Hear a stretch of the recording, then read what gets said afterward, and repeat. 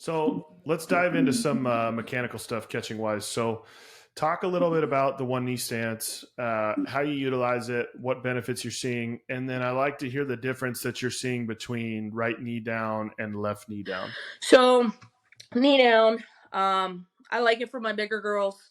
I've in the past dealt with kids that are like 6 foot tall, and obviously 6 foot tall women are a rarity, especially on the catching side. They usually get thrown into being pitchers and first basemen. So I like the knee down for balance and stability purposes. Also, the types of pitchers, are they living down in the zone? Are they a drop ball pitcher? Are they a drop curve?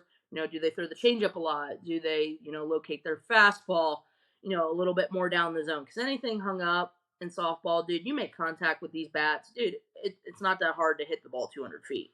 Like, I'm probably going to get schooled by hitting people, but, it is what it is. So I like the knee down for that. Also, too, like the pitch trajectory, like, dude, that ball is not that far off the ground, so getting your eyes fairly eye level with majority of where those pitches are going to go is just going to set you up for more success. Also allows you to be a little bit more calmer and also look at the umpires too. We have, more females behind the plate.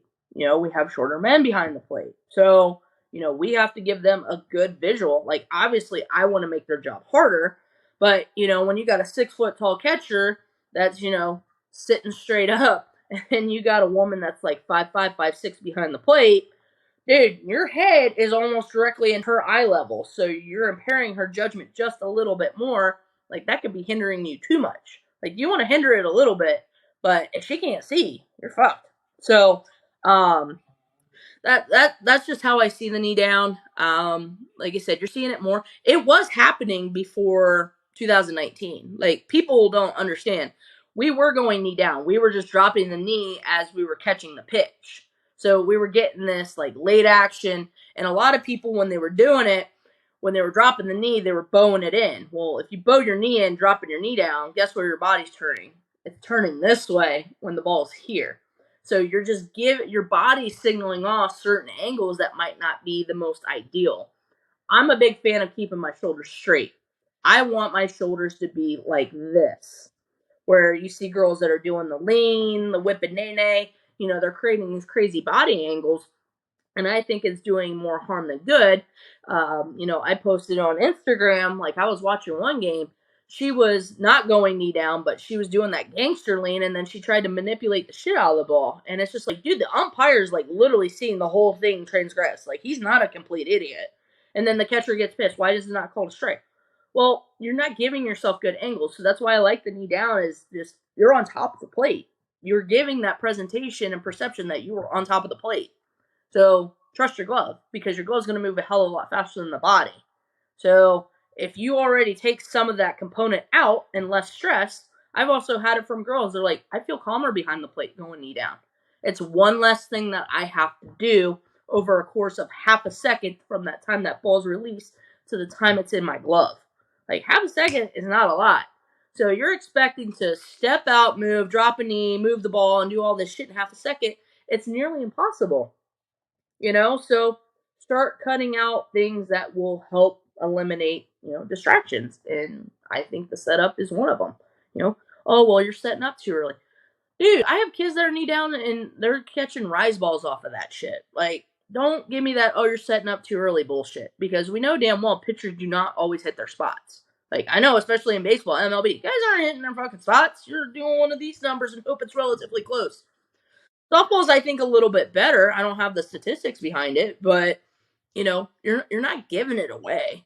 In terms of left knee and right knee, I don't necessarily see a lot of catchers go right knee down. I love it because I like it from a throwdown standpoint because you're seeing it a little bit more with baseball. I do have a kid, 24 catcher that's committed to an ACC school. She does go right knee down, and it's sexy as hell when she gets into a right knee down and she's hamstringing a girl, a right-handed batter that inside on a pitch. She just manipulates it, but her body looks like she's over the plate still, and she uses it as I've told kids that do the right knee down or even left knee down. Like, use your knee as kind of like a borderline of where you think the strike zone, how far out the strike zone is going to be. So if your right knee down, setting up inside, wherever your knee is, that's where that glove needs to go. It needs to go back inside your knee, because anything outside of that, it's going to be a ball. So that's how I utilize the right knee down, is giving it a buffer on inside on right-handed hitters. Left knee down, girls like it because they're a little bit more open with their gloves, and I'm speaking from a right-handed standpoint because I am a left-handed catcher. So it's a little weird for me, like, thinking about it. If you're not noticing, like, my eyes are rolling up, I'm like, okay, I don't want to sound like a dumbass because I am left-handed. So I'm like going like this a little bit. But the left knee down, obviously a little bit more coverage with the glove. We talked about it at CatcherCon. It's a little bit easier to throw from the knees. Left knee down. We talked about it, pinning that back foot to create leverage, to create space, to create that coil, that load hinge, whatever you want to call it, to be able to get a little bit more juice out of your throw. The right knee, I like it for standing throw downs. Like, if because most people think, oh, you throw faster from knee down. From what I've gathered from my kids and just overall seeing, it's truly individualized. I have several that throw harder standing. I have several that throw harder from their knees. So if you can identify those, that can also help dictate what kind of setups that you need. Because if you got speed on base, you need to get yourself in the best receiving position, but also the best throwing position. And that might be, for a couple of them, right knee down. You don't see it very often, but again, there's no absolutes and nevers. Let the kid work out of it. If she feels comfortable out of it, let her throw the piss out of it, but you're also not giving up the main thing, which is catching, because you're receiving that ball, 70-something% of the time? Why are we giving up on that because you think she's going to steal? You don't know when she's going to steal. And if she does, give it your best shot, because odds are you got to factor in the shortstop. You got to factor in if she left early. You got to factor in, where the umpire positioning is, your grip. Like, there's so many absolute variables that are out of your control that, get in your best setup. So I'm working a little bit more with the right knee down with a couple kids, but we train them all. I want them to go left knee, right knee, traditional in our training. And then in game time, I treat them like adults. You make the decision. It's your career. It's your game. It's your opportunity. What are you going to do? As opposed to me being a robot and being like, you can't go right knee down. You can't go left knee down. You can't go traditional. 2 years ago, yeah, I was that asshole. I was like, dude, you're going to do everything knee down. And now I've kind of regressed a little bit back into, again, being individualized. I have a few that are just super mobile. They can get to that low pitch in a traditional setup. I'm not going to buck them on it. They're still going to train it. But then in a game, I'm going to let them do what they need to do. I think one of the things about throwing from the knees in softball, obviously, much easier with the shorter bases. I've always found it difficult, even just in a traditional, with the throw from the knees, because the body is moving to the right foot. Mm-hmm. So it becomes a little harder for girls to consistently get their shoulders turned. Mm-hmm. So I've always taught, even in traditional stance, I want them to move their right foot underneath them when they're throwing from their knees. So as that ball's in the air, they slide their right foot underneath them. Automatically, their shoulders are going to turn a little bit, mm-hmm. and they're going to have that center underneath them, just like we would from our feet, where we hammer that foot right underneath the chin mm-hmm. as best we can, right?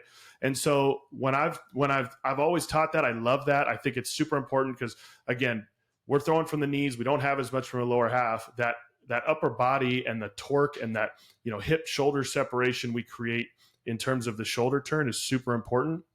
And trying to move that whole turn to your right foot is much more difficult than bringing your right foot back to the middle and making the turn. So now that we've gone to more right knee down, well, now their right foot is underneath them, mm-hmm. right underneath their butt, in that position where they are centered. Mm-hmm. So now it's legitimately let the ball get deep. We can just turn the shoulders and fire and not feel like we have to make, like you said, left knee down a little bit tougher, where we kind of got to figure out that hinge and getting into that position.